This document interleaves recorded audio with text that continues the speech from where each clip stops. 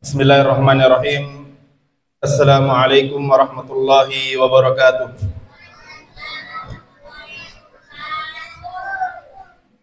Alhamdulillahirabbil alamin.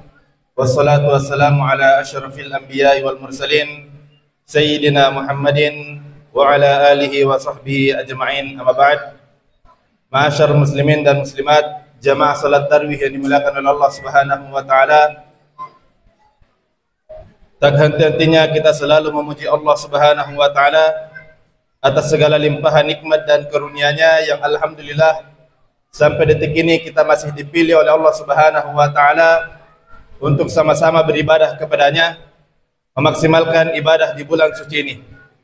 Salawat serta salam senantiasa kita kirimkan kepada baginda Nabiullah Muhammad sallallahu alaihi wasallam beserta keluarganya, istri-istrinya, para sahabatnya, para tabi'in dan atba'ut tabi'in, serta para pengikutnya yang senantiasa istiqamah di atas sunnah beliau. Ma'asyar muslimin, jamaah salat tarawih yang dimuliakan oleh Allah Subhanahu wa taala. Sekarang kita berada di malam yang kelima dari bulan suci Ramadan. Artinya adalah 4 hari dari bulan Ramadan tersebut telah kita lalui. 4 hari pertama dari bulan Ramadan telah kita lewati.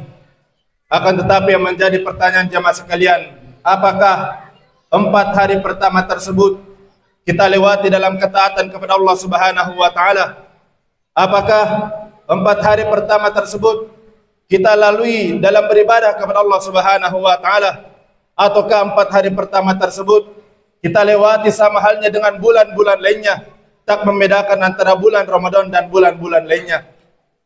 Maka dari itu marilah kita merenung sebulan yang lalu, sejak bulan Sya'ban, atau bahkan sejak bulan Rajab, atau bahkan sebelum daripada itu, kita semua berdoa kepada Allah Subhanahu wa taala, Allahumma barik lana fi Rajab wa Sya'ban wa ballighna Ramadan. Kita telah berulang kali mengucapkan doa Allahumma ballighna Ramadan. Ya Allah, pertemukanlah kami dengan bulan suci Ramadan. Dan jamaah sekalian, sekarang Allah Subhanahu wa taala telah mengabulkan doa-doa kita.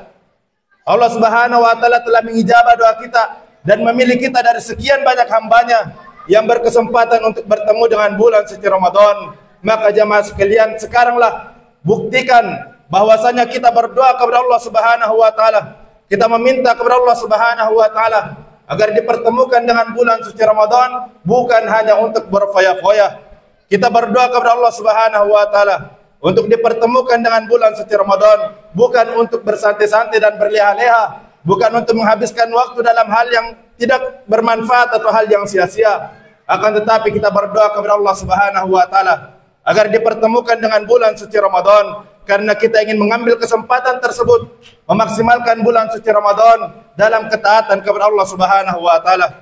Kita ingin memaksimalkan bulan suci Ramadan ini yang mana pahalanya dilipat gandakan oleh Allah Subhanahu wa taala, menjadikan momentum bulan Ramadan ini untuk beribadah kepada Allah Subhanahu wa taala. Maka tanyakan pada diri kita jamaah sekalian, berapa banyak bacaan Al-Quran kita sampai saat ini? Berapa ayat Allah yang telah kita baca? Lihatlah bagaimana para ulama salafus saleh, bagaimana salaful ummah menghabiskan Ramadannya dengan Al-Quran.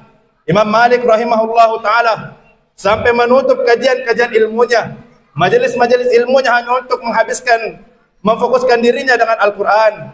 Imam Asy-Syafi'i rahimahullahu ta'ala bahkan mengkhatamkan Al-Quran sebanyak 60 kali dalam bulan suci Ramadan. Dan renungkanlah perkataan dari Utsman bin Affan radhiyallahu anhu. Beliau mengatakan, "Lau tahurat qulubun nas ma syabi'at min kalamillah." Jika saja hati manusia itu bersih, hati manusia itu suci, maka dia tidak akan bosan dengan yang namanya kalamullah. Dia tidak akan pernah bosan membaca ayat-ayat Allah Subhanahu wa taala. Maka renungkanlah jamaah sekalian, tanyakan pada diri kita, bagaimana sedekah kita di bulan Ramadan? Bukankah suri teladan kita Rasulullah Muhammad sallallahu alaihi wasallam? Kita ingin mengikuti beliau, kita ingin bersama dengan beliau di akhirat kelak. Maka lihatlah bagaimana sedekah beliau. Dalam sebuah riwayat disebutkan, kana ajwadun nas, kana Nabi sallallahu alaihi wasallam ajwadun nas wa ajwadu ma yakunu fi Ramadan. Bahwasanya Nabi sallallahu alaihi wasallam adalah orang yang dermawan dan lebih dermawan lagi di bulan suci Ramadan. Maka tanyakan pada diri kita jemaah sekalian, bagaimana doa-doa kita kepada Allah Subhanahu wa taala di bulan Ramadan?